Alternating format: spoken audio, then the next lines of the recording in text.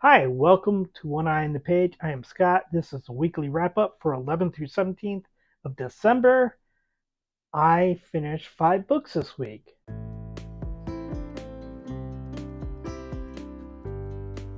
I'll be honest, much like last week, where I read what, not read, finished 2 books in the first 6 days, and I finished 3 books in the last day.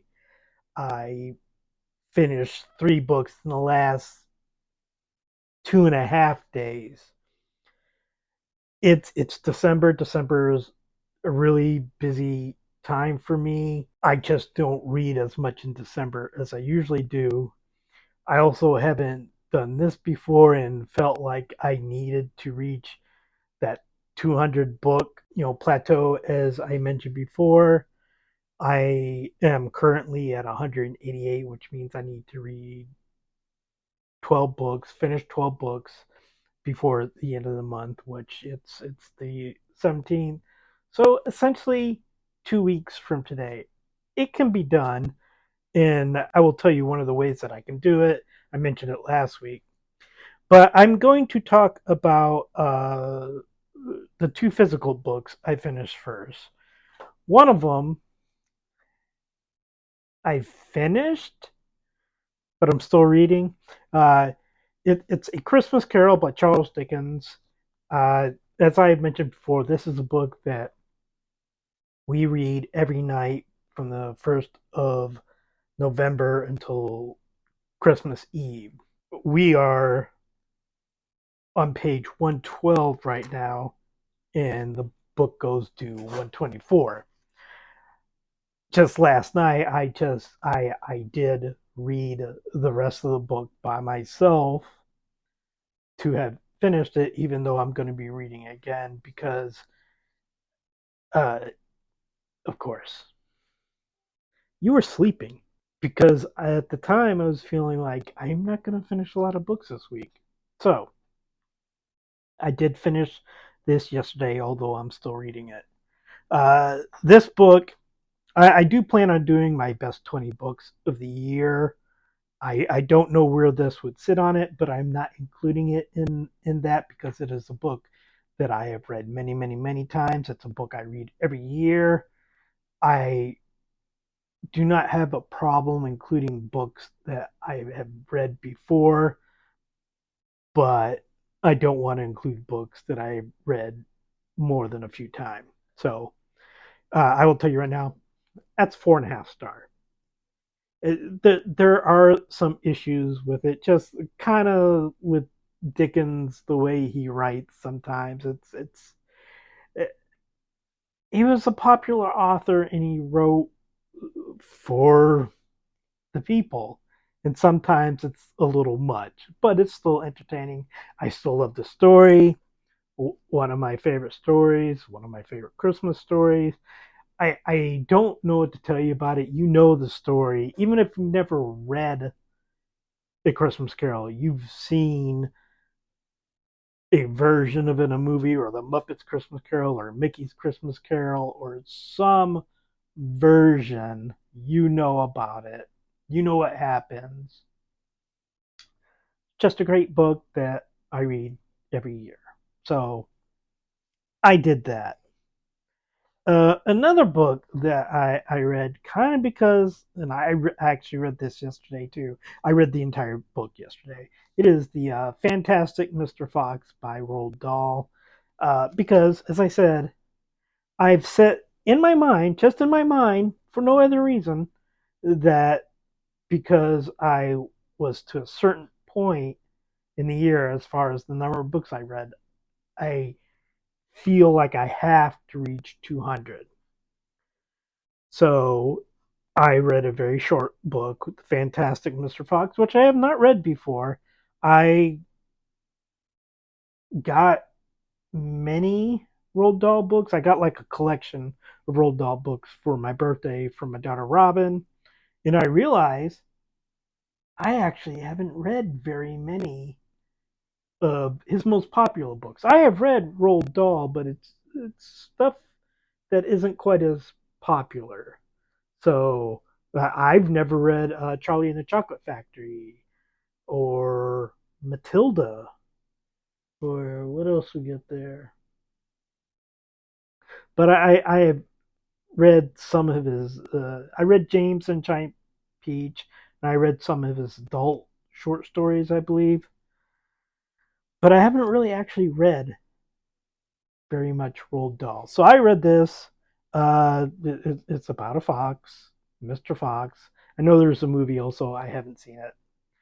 Mr. Fox and his family are being basically hunted by three farmers because, well, Mr. Fox is stealing is well, stealing and killing and eating their animals, their chickens and ducks and everything. There's some not graphic, but some very casual just chicken killing in this book. Uh, so it's a very Roald Dahl type of book. Okay, so okay, you're gonna get down. You were sleeping, so it is a good book. I this one I'm wavering between 3.5 stars and 4 stars, and I think I'm just going to dip towards 3.5 stars because it is clever, but other than that, it doesn't do that much for me. I enjoyed it while I read it, but do I find it a particularly memorable book? One that I'm going to be going like, oh yeah, I remember. No, I'm not. So that's 3.5 stars. So that's really quick and dirty for the two physical books I read. I listened to 3 audiobooks this week, all by the same author, Jacqueline Frost. If you remember last week, I read her first Christmas Tree Farm mystery book, The 12 Slayings of Christmas. There were not 12 slayings. They're trying to do a pun from the 12 Days of Christmas, or it was the 12 Slays of Christmas. They're trying to do a pun on the 12 Days of Christmas, but it didn't make a lot of sense to me because I I'm annoyed at the book, so I'm just being really nitpicky about stuff. That pun does not work. Okay, I have read the 3 subsequent books. Twas the Knife Before Christmas, Slashing Through the Snow, and Stalking Around the Christmas Tree. 'Twas the Night Before Christmas, pun name, but the pun actually works with what actually happens in the book. Slashing through the snow, no, no, there wasn't any slashing, so no. Stalking around the Christmas tree, yeah, definitely works. So, see, the problem is that I generally enjoyed, besides the awful title of the name, the 12 Slates of Christmas. It was amusing. I believe I gave it a 4 star. I enjoyed it. So I made the mistake. It's like, okay, well, the second book is free. I'll go and get that. And what the heck? And I should have known because I did this. Obviously, I used credits and I got the next 2 stories. Uh, what? Slashing through the snow and stalking around the Christmas tree. I got them. I used credits for them. So obviously, they were going to suck. And they did. Individually, I don't know that I would say each novel sucked on its own. If you went into each one of these novels, read that one novel without knowing anything else that happened in any of the other 3 novels, you might enjoy it. Because I enjoyed the first one. And I have to say, not a lot is different as far as the writing between the first one and the other 3. The problem is, one, since it's a mystery, there is a person trying to find stuff out. Holly White, she is the daughter of the tree farm owners. She left this little Christmas town called Mistletoe for a little bit. She came back, and now she's staying there. She's first helping her parents on the Christmas tree farm. Then she makes jewelry in her spare time. I don't know how she has spare time, but okay. Then in the second novel, they're building an inn on the tree farm. In the third novel, she's running the inn, and she's also running the inn in the fourth novel. And and I'm just going to warn you right now, there are going to be spoilers. I'm not going to give away who the killer is if I can help it, and if I do, I will let you know beforehand and tell you where to go. But I seriously, I'm not having you up here because you're very clawy. So I am going to talk about things that happen inside the novels that have nothing to do with who the murderer is. So she is in the fourth novel, she's running the inn, and she's also preparing to get married. She's going to get married on Christmas Eve. At the beginning of this book, I will also mention Evan Gray is a sheriff. Evan Gray started as a sheriff in Mistletoe basically about 6 months before the beginning of the first book. These books, I think the first one was published in 2017, and the last one was published in 2023, just a couple of months ago. But within the time frame of the book, they're years apart. So it's the first book, and then the fourth book is basically 3 Christmases after that. Essentially a 3 year plus time frame. So at the beginning of the first book, and this is never mentioned again in the subsequent books, because why would you mention this? At the beginning of the book, it is mentioned that there hasn't been a murder in Mistletoe for 40 years. Then Evan Gray comes, and then every winter, right around Christmas, 4 Christmases in a row, a murder happens. No murder for 40 years. 4 Christmases in a row, murder. Now, if it was me and I had written these books and I had written the first book and like, oh, I want to go back to Mistletoe, and I'm going like, oh crap, I said there was no murder for 40 years and now I have 2 years in a row there's a murder. What am I going to do about that? I'm going to make Evan Gray the murderer and he's framing people.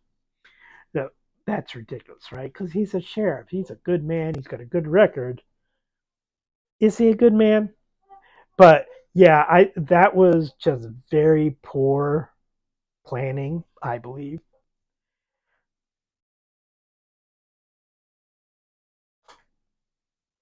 So literally was on the chair over there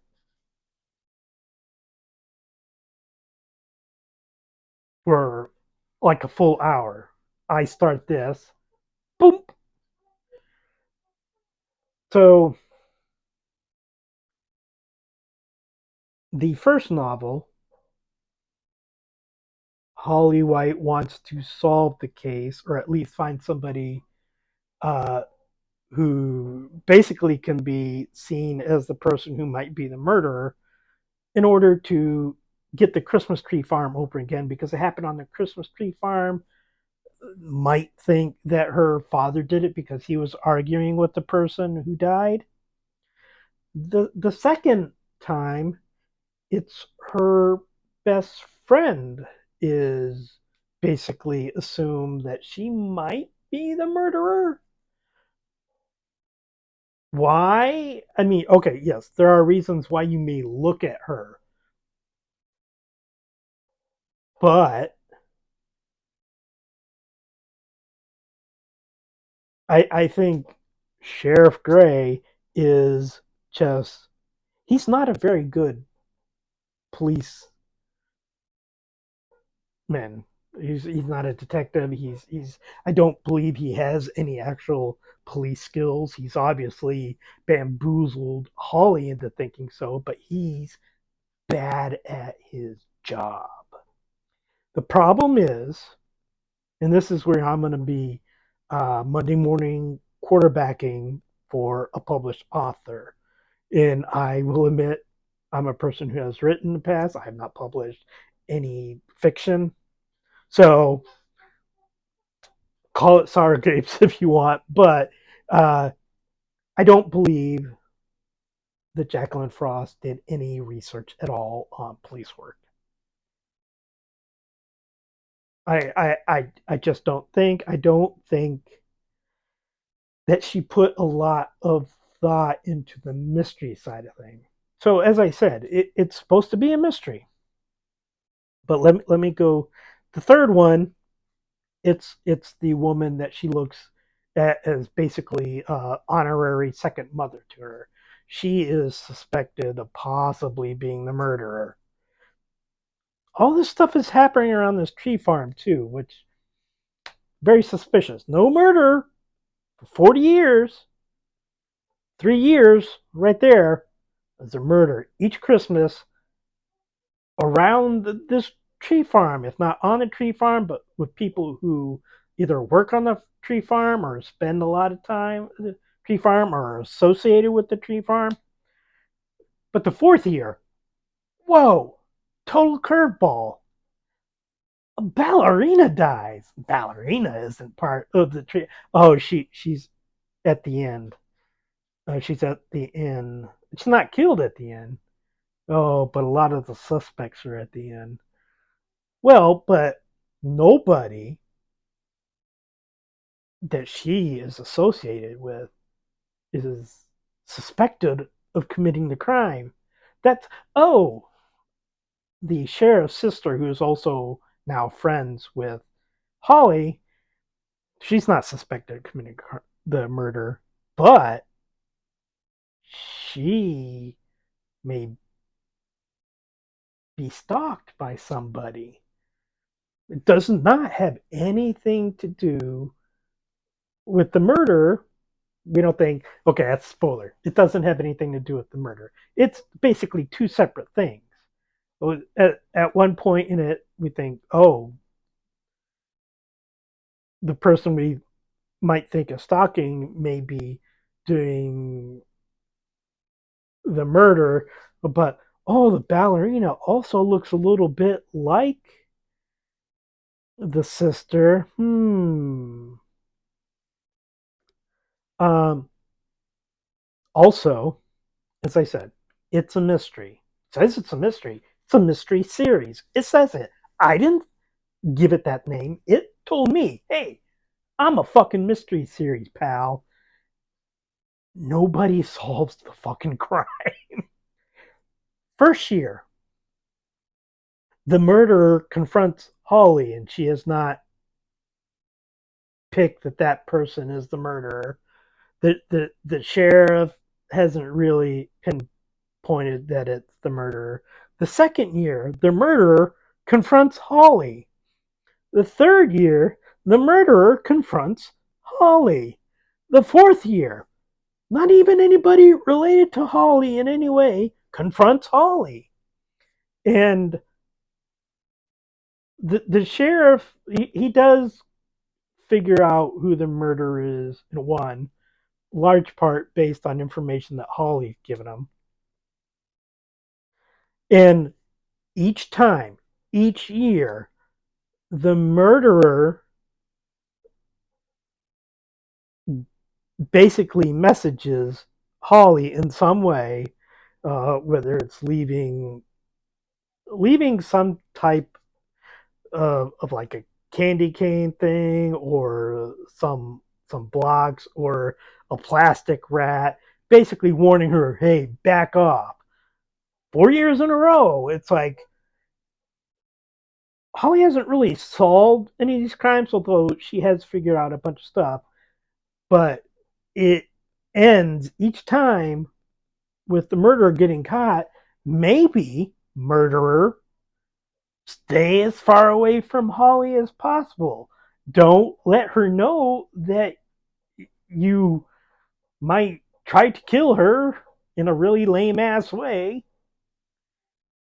Well, monologuing, I will say, Holly does figure some things out, but in not one single instance does she figure out who the murderer is before the murderer is like, hey, I'm going to tase you. Hey, I'm going to shoot you with a nail gun or make you go off this ledge, not ledge, but basically out of the building, or I'm going to do this, or I'm going to do that. I'm going to run after you in the snow. And Holly does happens 4 years in a row. Holly doesn't do anything, doesn't take any defense classes, doesn't carry a weapon.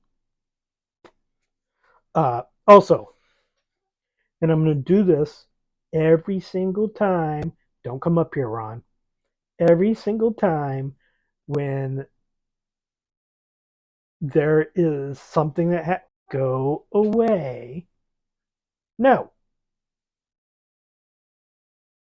Thanks, Ron. Jerk. Every single time there are warnings for her at her house or the inn, especially at her truck, uh, at the gate of the Christmas tree farm. 4 years in a row. Fucking security cameras. Security cameras. Sheriff doesn't think to mention them because the sheriff is bad at his job. The sheriff doesn't think to suggest to his girlfriend, fiance, well, comes a wife at the end of the novel, so it doesn't count, but doesn't suggest, hey, you keep getting attacked. Why don't we put some surveillance cameras around you? No, I'm just going to bitch at you for doing the thing that I have proven I can't do. I'm really bad at this. I became sheriff in a place where there were no murders for 40 years, and then I become sheriff, 4 murders in 4 years. Um, what else? Also, yeah, the sheriff, he's supposed to be like this great guy, I guess, but oh, he's a I'm going to make a big claim here, and some people who read the books will probably suggest I'm wrong, but this is the way I see it. It's emotionally abusive. He's a little bit manipulative. He kind of has like, well, I'm the big bad sheriff, and you're just a girl kind of thing. It's my job to protect you. If you're somebody I care about, or you're my girlfriend and my fiance, or you're my little sister. My little sister. Oh, you're 24, but a guy likes you. I don't like that. Uh, he's truly an awful character. And Holly, who narrates in first person, keeps telling me what a great guy he is. He's such a great guy that he kisses her at the end of the first novel under a mistletoe. Okay. Then in the second novel, a year later, he's been cold and distant towards her. No real explanation. And but then they nothing happens at the end of the second novel, but they seem closer. And then the third novel, they've been boyfriend and girlfriend soon after the end of the second novel. We don't see that happen. We don't see. I don't see any real chemistry between these two people. There's one point in the third novel where he's at her inn, I believe, and is like, "Oh, we've done this. What do you want to do for the next half hour?" And it's kind of like, wink, wink, nudge, nudge, wink, wink, nudge, nudge, and then it's like, "Oh, well, let's do this totally G-rated thing." And it's like, I don't need for to have sex, but don't be doing the kind of like suggestive stuff, and then you're like doing some real lame ass Christmas shit. Um, and then again, spoilers. Then at the end of that novel, with absolutely no chemistry at all between these two, and every time he sees her, uh, for the first three novels, every time he sees her, he's just bitching at her for, trying to find out who has murdered this person that has gotten her father, her best friend, or her honorary mother, you know, suspicious. And the sheriff ain't doing anything except going like, "Oh, yeah, that thing you did, I already knew that. I'm not going to tell you about it because I it's my job and I can't talk about my job." Which, I'm sorry. The first two novels, okay, sure. She's your girlfriend in the third novel, and she's your fiance in the fourth novel. People talk. Good cops talk. You know, and I'm also another reason I don't think that Jacqueline Frost does any research about police work is he arrests the best friend because the murder weapon was her knife. She runs a bakery, and it only had her fingerprints on it, and it was the guy that she argued with one night. But other than that, I mean,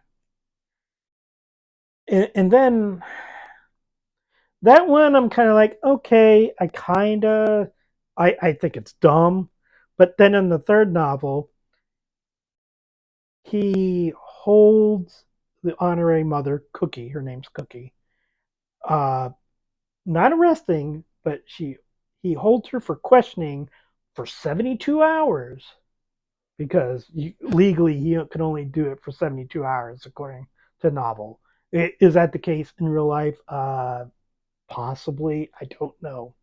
But the thing is like, if I believe, and I may be wrong, and Jacqueline Frost could be looking at this going, "You dumbass," but if you hold her for 72 hours and then you have to let her go, and you don't charge her with anything,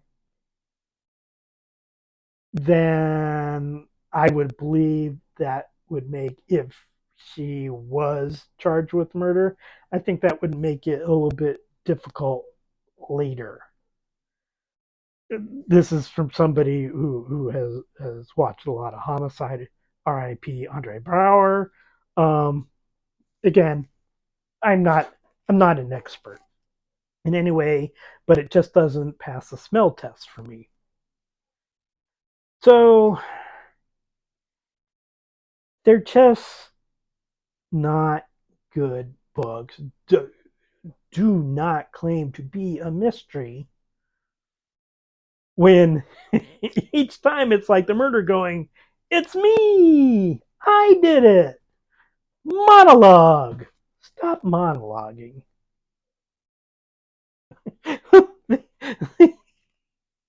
The last novel, the murderer who at the end of the novel confronts Holly, leaves a note on Holly's truck, a rose with a note that's basically says, Hey, it's me, the sheriff. I want to meet you at this place.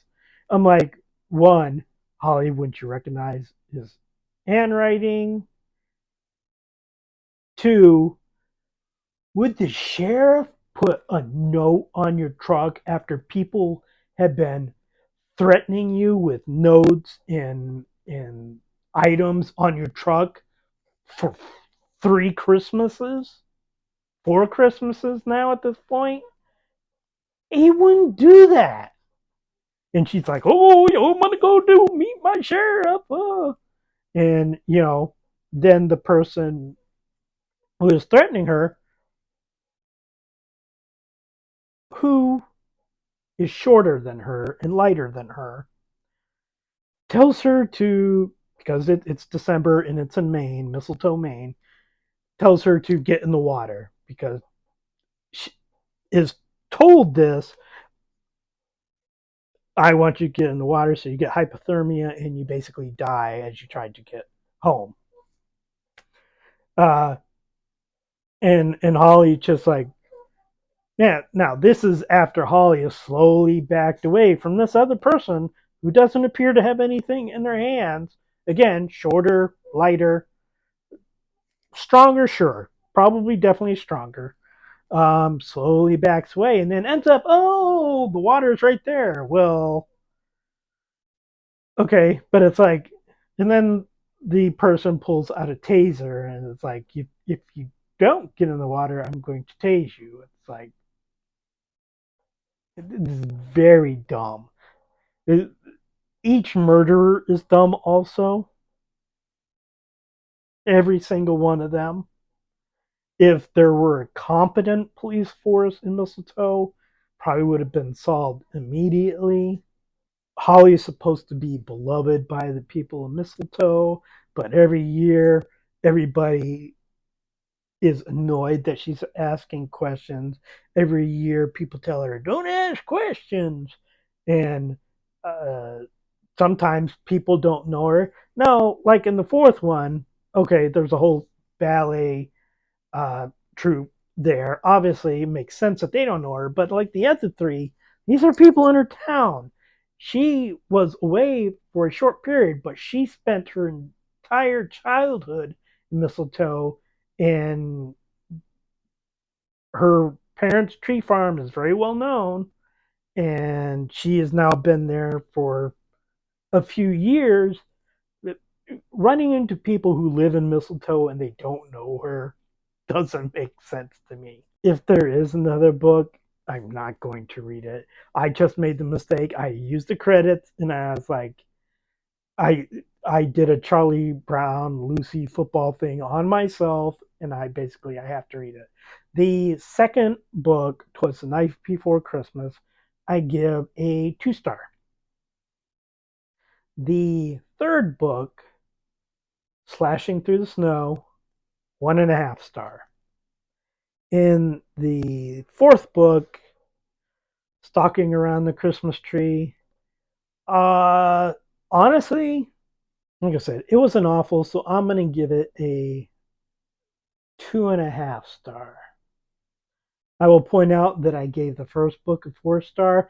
I will say if I go back and look at it now, and probably when I do my December wrap up, I'm probably going to move that down a little bit because it has been tainted by my experience with these other books. But I still think that the first book is the best book because I haven't been exposed to any of it yet. The sheriff isn't as annoying as he is in subsequent novels because he doesn't know Holly. He's attracted to Holly, but they don't have any real relationship. So it comes across as basically he's a sheriff. Listen, lady, stay out of my business. I'm the police. Fine, okay. They're involved in one way or another in the subsequent novels, and also he's not a good policeman. He doesn't know what the fuck he's doing. I can tell you how annoyed I am. I the the sum is worse than the parts. The books themselves individually rank from pretty bad to it's kind of good, but the sum is like dog shit. And I apologize. I'm cursing a lot in this video. I tend to do that when I get annoyed. So that is what's going on right now. Me bitching about a series. Merry Christmas. This will come out right before Christmas. So uh, if you watch it before Christmas, I hope you have a Merry Christmas or holidays or time with your family, whatever you do. And if it's after, I hope it was good for you. Hope you got what you wanted. Uh, hope it wasn't these books. Please like and subscribe, leave a comment, and I will talk to you next time as I go on my quest to 200.